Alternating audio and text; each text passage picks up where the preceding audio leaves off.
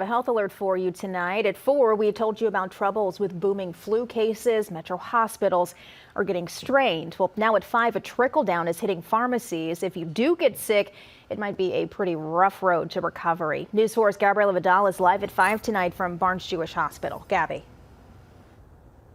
Yeah, Sam, BJC's clinical chief of emergency medicine tells me that he hasn't seen a flu year like this one since 2010. And because we're seeing cases spiking a lot earlier than they usually do during a flu season, which is typically late December, early January, a lot of people haven't had time to get vaccinated against it. So this is leading to people needing to be hospitalized or seeking medication to tackle it.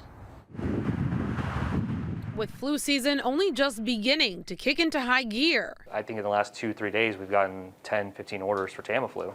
Some local pharmacies across the metro are experiencing a new set of challenges. We're scrambling, calling every supplier that we can every day and bringing in whatever we can. Shortages in flu and infection tackling drugs like Tamiflu and amoxicillin. For independent pharmacies, we have a little bit more flexibility. We can reach out to many different wholesalers that may have it.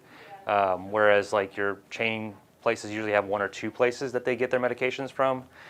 So sometimes we're able to source it from different places. The shortages come as area hospital networks like BJC are seeing cases of influenza double almost weekly, leading to longer wait times for admissions. We're admitting about 10 or 20 patients a day to the hospital with influenza.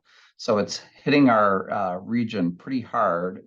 About 10 to 15% of the patients we're admitting per day now have viral illnesses, whether it's influenza, COVID, or RSV.